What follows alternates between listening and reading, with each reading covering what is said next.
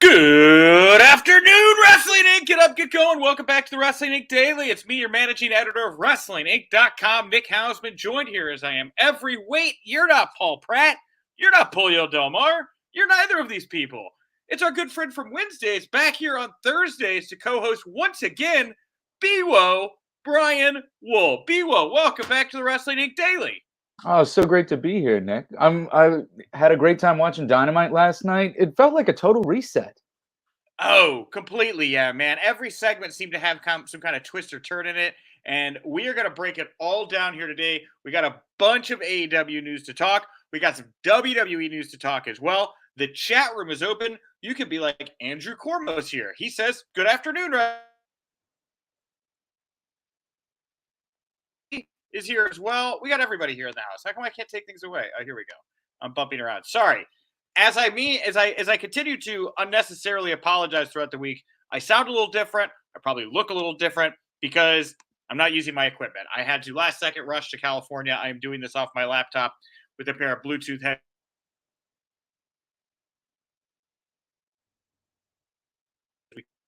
Really moving, including you, Brian. 2 days in a row. What a man. What a great guy. Hey, man. So doing what we can to make it go. Yeah, so we got a lot to get to here today. Like I said, WWE, AEW news. On the other side of the news block, if you're listening to us in audio form, you're going to get the full audio from AEW World Champion Hangman Page's Revolution Media Scrum. Of course, Page was successful at Revolution, defended that title. We're going to talk about it more here in just a little bit in the news block. And at the end of the show, everybody, we're going to dive into the mailbag, and we're going to look at some of the top AEW signings of the past year. There have been many. Who do we think is the most important? We'll chat about that here today. But let's get to it here. Without further ado, it is time for news you can use, news that will leave a bruise. And Brian, as much as we all enjoyed Dynamite last night, we are going to be starting here talking about a former AEW star. We're going to be talking about Cody Rhodes. Well, Cody apparently, according to the Wrestling Observer, WWE still wants to have Cody at WrestleMania. The upcoming episode of Monday Night Raw that's coming up this Monday is going to be in Jacksonville. So it would obviously be ideal to bring back Cody into WWE. He had things set up in regards to WrestleMania, but then they got taken off the board. Conversations are still going back and forth. It remains to be seen whether or not anything's going to happen, but they're saying Monday could be a key date. And of course, Cody could be fielding offers from that, Brian. I mean, for me, I feel like maybe this is what they're leaving Seth Rollins open for. I know he switched his Twitter to blank right now. It seems like, that's the guy that's kind of hanging out there that could be the big matchup for Cody. And gosh, I really hope so. Seth needs something cool. He's been doing so many great things on Raw for the last year. I want to see him do something great. And so I hope they can get a deal done. I think you're right on the money there. I think Seth Rollins is like the perfect opponent for Cody right now. The match would deliver. Rollins is one of these kind of like very malleable characters at this point, kind of like a Sami Zayn, where you could just throw him against anybody, kind of put him in any kind of position, even if it's not like, the most in-depth thing, he's going to grab it and he's going to try to make something of it. And so, yeah, I think him and Cody, and if you put Rollins and Cody's together here at WrestleMania, I mean, who do you put over, right? Do you punish Cody for leaving? Do you put him over for coming back? Like, what do you think they do here? Gosh, I think it would really depend on the fan reaction, and I don't really know what it would be. I really don't know. I think it would be really fascinating to see how a WWE audience receives Cody Rhodes. Sure. Yeah, and we got a couple different people here chiming in. King James saying Cody's going to be chasing that 24/7 title within a month. Find that hard to believe. Yeah. Just don't think it's going to happen. No. How about this? Mr. Sly Fox, 2 X's here saying, hear me out. Cody's going to show up during the Kevin Owens, Steve Austin segment. Dusty Rhodes is from Texas. It could happen. It would just feel a little out of place for me, right? Like I don't need to shove Cody into that segment. I think that segment's going to be fine for what it is, Oh, 100%. I think Austin can easily carry his own segment just fine. And with Kevin Owens as well, I mean, piece of cake. So I think Cody Seth Rollins makes the most sense right now. if Randy Orton didn't already have something going with Riddle, I feel like that would be the other option. Yeah. We have here from Imcast, if Cody doesn't appear in Jacksonville on Monday, please stop with the stories. It's getting rather old already. And honestly, Imcast, I see Biwo disagreeing. I'm right there with you, man. Like I'm at a very much like shit or get off the pot kind of moment here with Cody because it's run a little long in the tooth for me. You're gonna lose that momentum. You're gonna lose that energy around it that you've naturally got right now. If this doesn't come to fruition here soon, I don't really want to talk about it anymore. I'm getting kind of burned out on talking about it both ways, Brian. I understand the burnout, but people keep looking for it. It's consistently one of the top posts on Wrestling Inc. People are looking for it. They want their Cody news, and also it's clear to me that Cody is fueling this stuff. If this conversation would not be happening were Cody not leaking things out to people. So he's drumming up interest in something. This isn't coming from nowhere, you guys. Sure. Well, I like Leah Yorgua here. I hope I got your name right. By the way, saying I stand with Ukraine in their profile. Thank you very much for the support there, Leo. We all do. Leo saying, so Cody will come to Raw before Veer. They're going to send Cody before Veer. That's not a guarantee, man. Veer has been backstage at WWE main event shows, the Raw shows recently. You know, he put out this tweet this week. Did you see the IKEA tweet that he put out? Right? Yeah. Like, I love how he, like, the tweet you didn't see was him sitting in a chair at IKEA, joking about how an IKEA will let him sit in that chair for hours if he wants. Maybe explaining why he hasn't come to Raw. He's busy just eating meatballs and sitting in Swedish furniture. Yeah, look, Veer's hysterical, but I think we will see Cody before Veer on Raw. Yes, I do think that they're going to send Cody before they send Veer on Raw. Safe bet here. Let's see here. Rayanne, Cody Rhodes debuting in Jacksonville. Will be a great debut, but a sucker punch to AEW as it's their hometown. You know, that's an interesting point, Rayanne, because, everything has been so above board. Everything's just been so friendly, right? Cody put out this nice message. I love AEW. I'm proud of the work that I've done there. I have no ill will. Tony Khan saying the same thing. But what happens when he signs with WWE and they start telling him a little bit about what to say, telling him what they want to do, starting to use Cody as a little bit of a conduit to maybe antagonize their enemy? Maybe Cody wants to play in those waters himself. Who knows, right? But I cannot imagine Cody Rhodes coming out of Jacksonville is going to be sent as anything less than kind of a little shot at AEW. I thought the same thing here that Rayanne was saying. Like, certainly doesn't seem like a friendly thing to do, you know?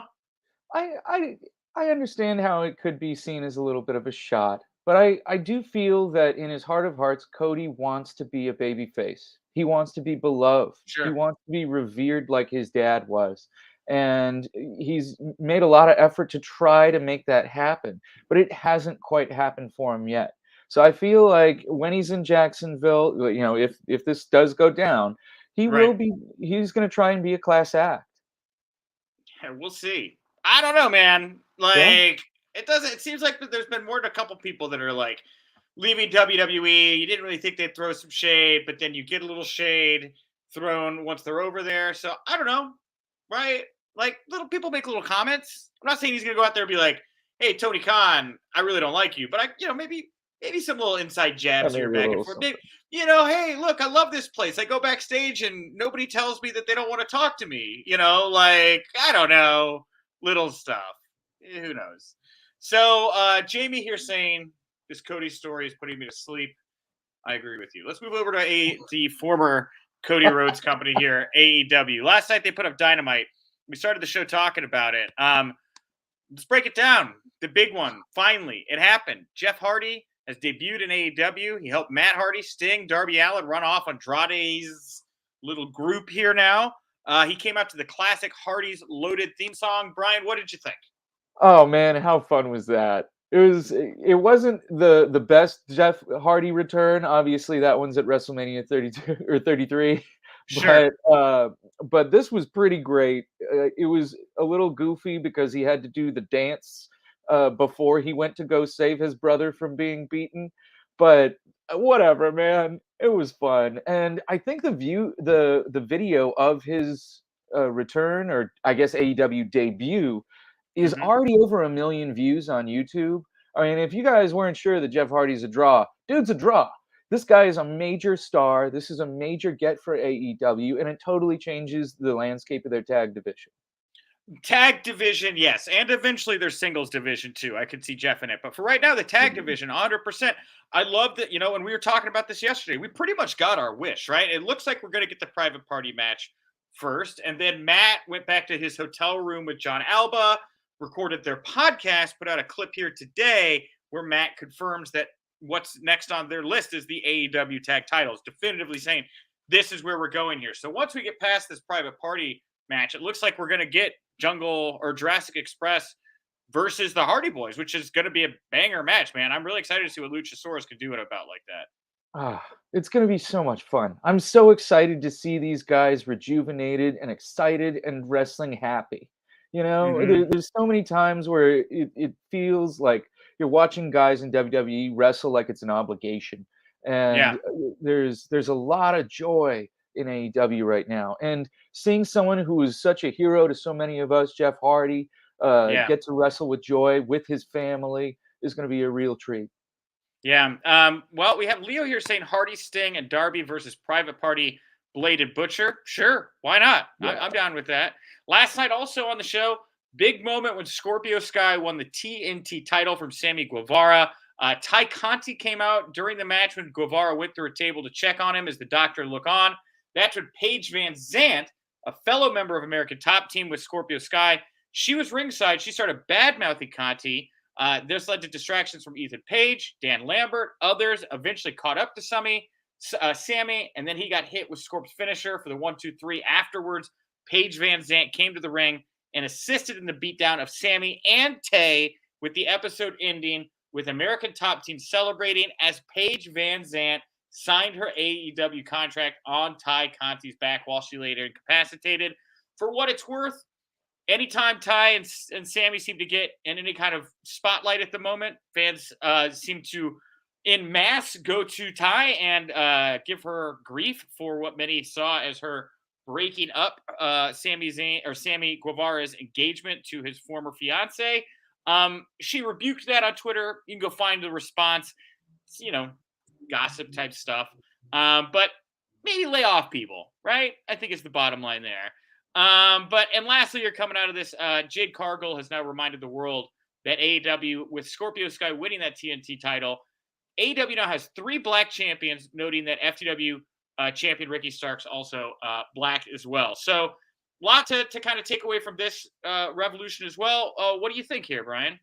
Gosh, this Dynamite really felt like a Raw after Mania. It was really setting so many things up, so many new debuts with Paige Van Zandt, and then we have Regal with Moxley and Danielson. So here with Ty Conti and Sammy, part of the heat I think is, when you have a vlog like Sammy does, and you open up your life like that, it gives fans this feeling like they have ownership over your personal Mm-hmm. life.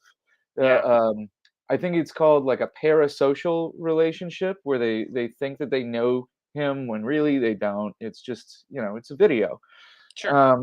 And that's so difficult. I'm interested to see what they do with Ty and Sammy together on screen. I'm not sure if that's the best choice, but it looks like that's what we're I gonna get. want. I wonder, because like we've seen Adam Cole and Britt Baker Yeah. together.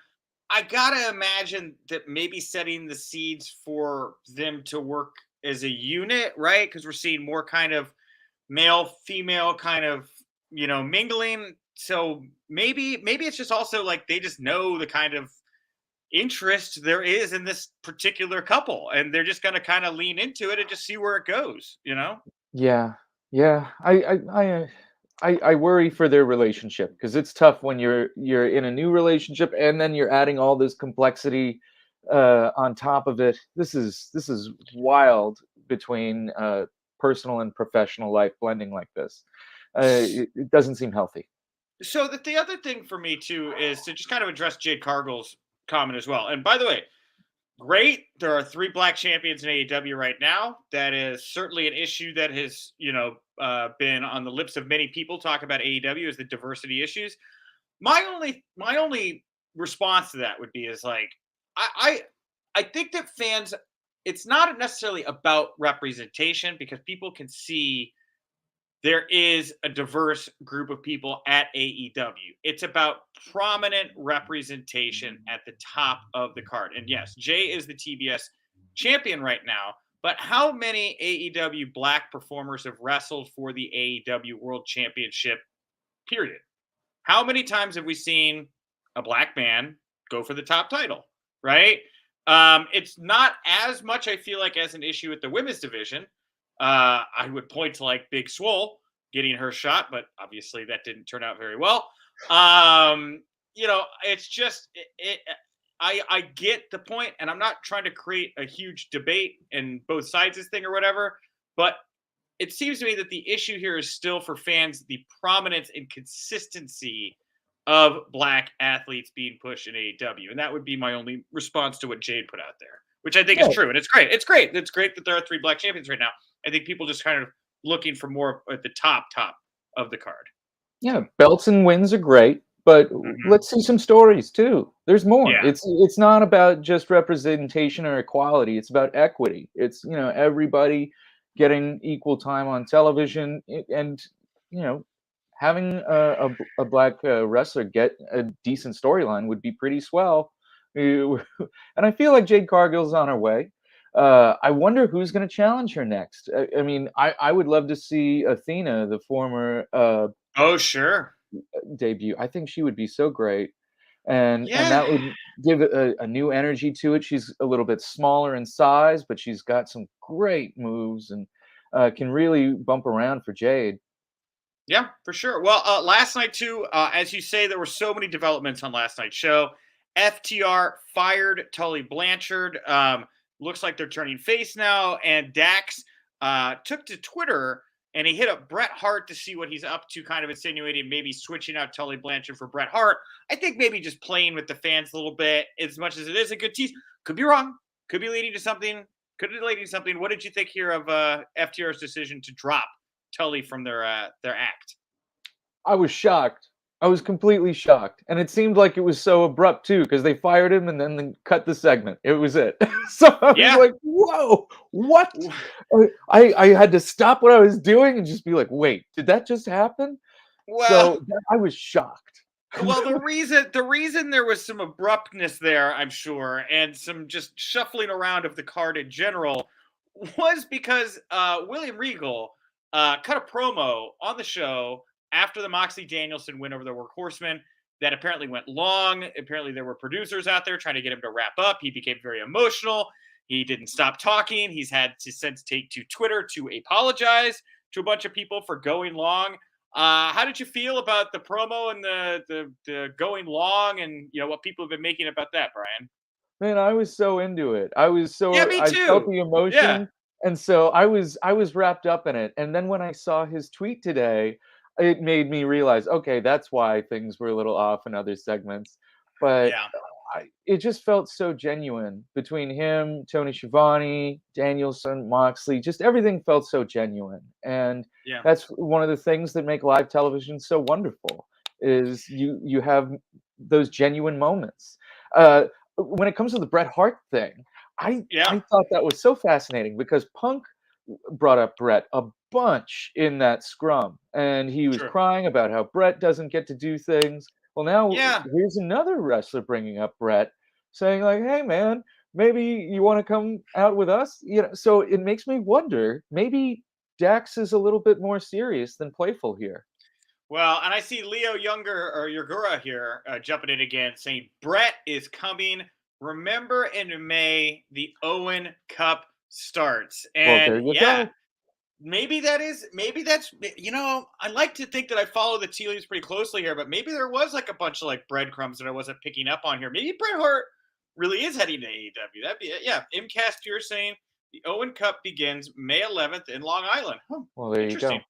It's Yeah. got to be. And don't feel bad. You were in the room, man. It's hard. You were probably getting misty-eyed with Punk, you know? I don't know about that, but it was certainly very emotional. I like Chris Aldridge's question here, but two before we get to the last AEW Dynamite note. It's from Facebook. He says, "How long will Scorpio Sky have the TNT title because of Wardlow? He has a champion shot next week. Does Wardlow just step in and take this title from Scorps? I think it's a distinct possibility." I think MJF is gonna ruin it for Wardlow. He's gotta get Yeah, revenge, and there is an issue that's gotta happen with MJF and Wardlow. And I was talking about this with a friend today because I was just like, "God, what's gonna happen now? Because can MJF take another loss?"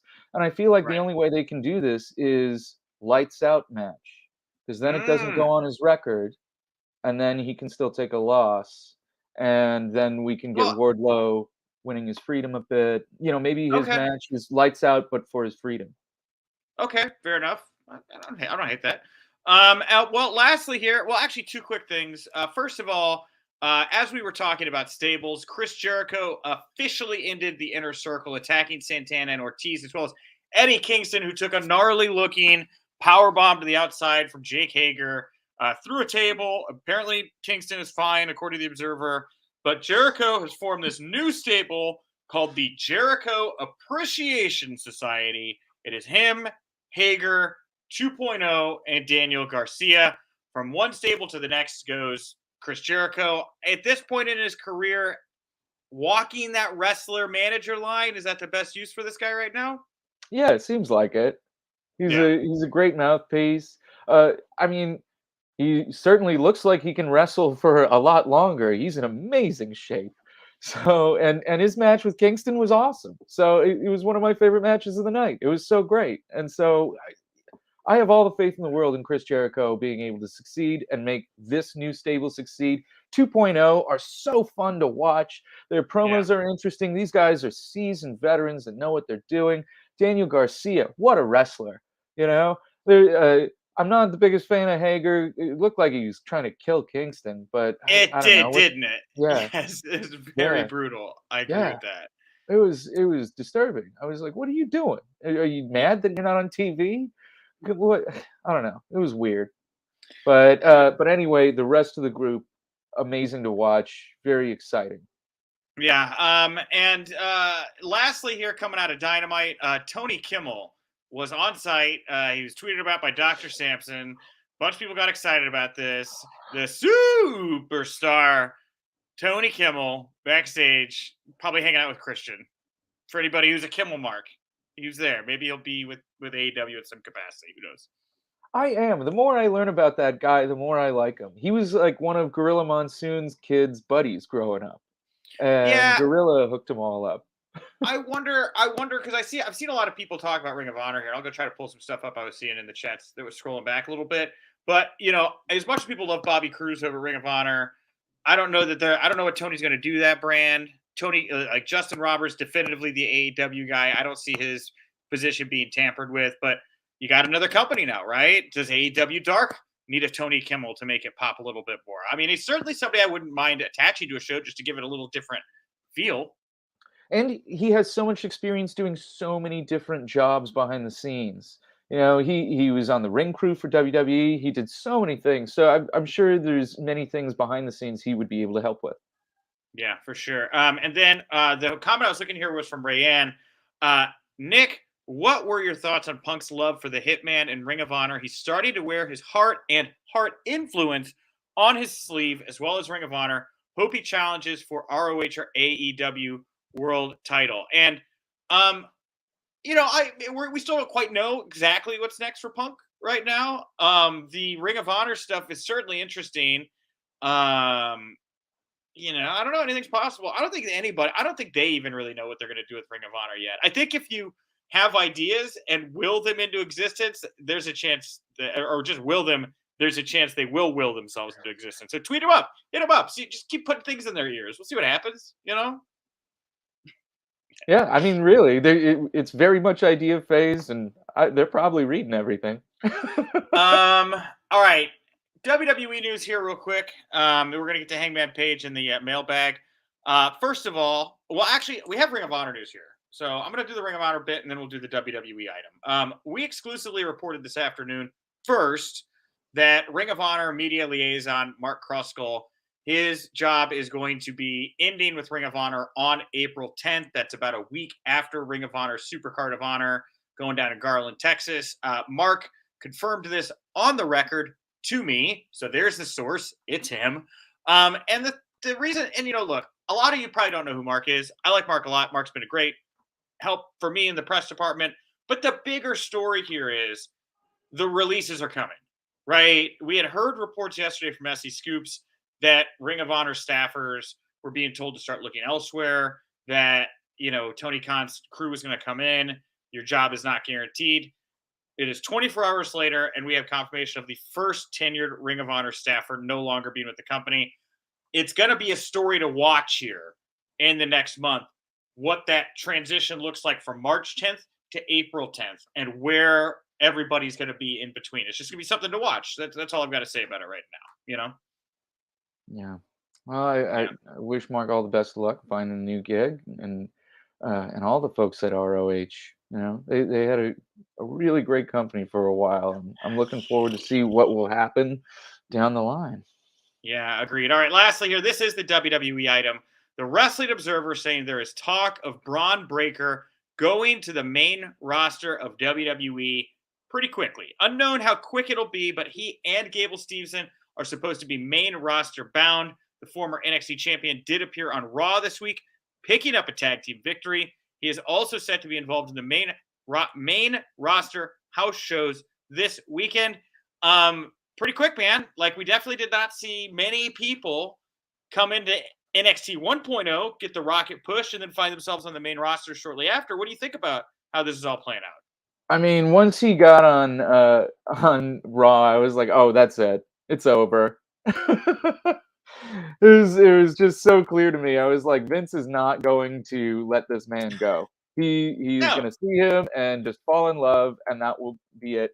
And also, I feel like NXT 2.0, they're starting to feel good about Grayson Waller.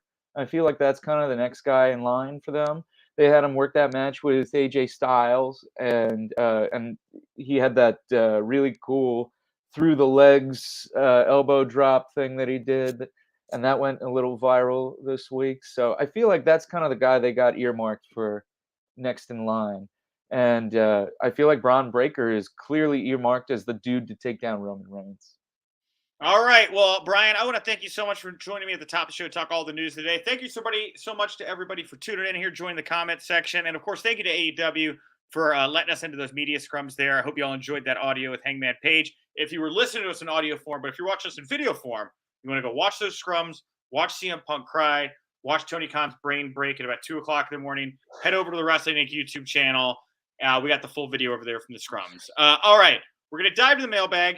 At Wink Daily, WINC Daily over on Twitter. That's the place to vote in our daily polls. Today's poll question: what big name AEW signing in the past year do you think has been their biggest get? Is it going to be CM Punk, Bryan Danielson, Jeff Hardy, or somebody else?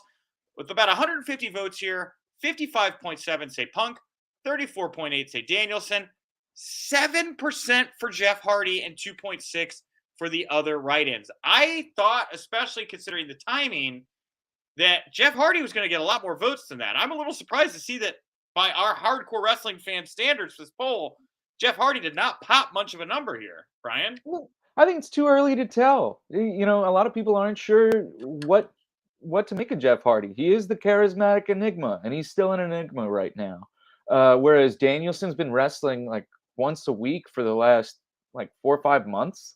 And he's been spectacular. So I'm not surprised that he came in second. Punk, man, maybe if you asked this question 2-3 weeks ago, the results of this would be a little different. But after that dog collar match, I feel like he has won over every single skeptic. Mm-hmm. I agree with that, man. He feels like such a big deal. I hope he's next in line for Page. It would be great. But we have a write-in here from James Smith for Hook saying, where are my hookers at? I think that Hook predates the 1 year mark. I think he's been around for more than a year, at least on screen. So I'm gonna say he doesn't qualify. But as far as like homegrown, maybe that's a question. Maybe I'll end tomorrow. Maybe tomorrow I'll say what homegrown AEW star has become the biggest deal. Right? Is it Hook, a Darby, Sammy Guevara? What AEW homegrown talent has become the biggest star? Do you have a preference on that one? Man, for me, it's like MJF. That's guy's a Oh, good monster. call. MJF Yeah. is a monster. Hook, what's it like seeing Hook live? I haven't. For me on TV, I enjoy him, but it seems like people go crazy live. It's like a little party.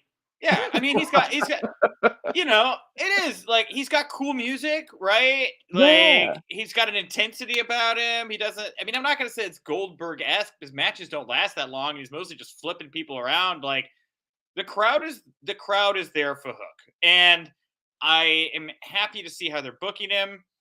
I know a lot of fans see a lot of big things in Hook.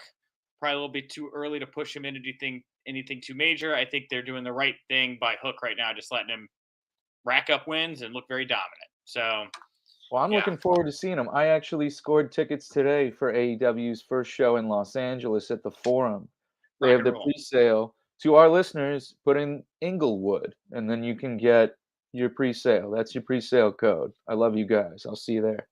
All right. Well, all right. Well, we'll wrap it up there today, everybody. I'm at Nick_Hausman over on Twitter. Before we go here, of course, tomorrow I'll be back. TK Trinidad is going to be in the house. We're going to play the final AEW Revolution Media Scrum. That one's going to feature Sting. So Sting will be on the show here tomorrow with me and TK. Of course, support the Wrestling Inc. Daily. Go to whatever podcast platform you want. Leave a nice 5-star rating or comment. SupportWrestlingInc.com. And, of course, come back here tonight after – well, we do a late-night news show, but you can come here tomorrow night after Friday's SmackDown to catch the Wrestling podcast, which is a lot like this, but it's just at night. So, B-Wo, is there anything that you want to plug, promote, put over here before we wrap up the show today? Oh, I don't know. Come see AEW at the Forum. I'd love to see some more wrestling fans. I'm excited to see people in person. I think we don't have to wear masks anymore. That'll be cool. I'll see your face. Yeah. That'll be wild, man. I don't know if anybody has noticed, but my acne has completely disappeared. It's almost like not rubbing stuff against my face all day long has allowed me to look a more normal human being. So, it is what it is. All right. I'm at Nick_Hausman over on Twitter. Thank you all so much for tuning in. I'll talk to you tomorrow. And remember, if you winked, you didn't miss it.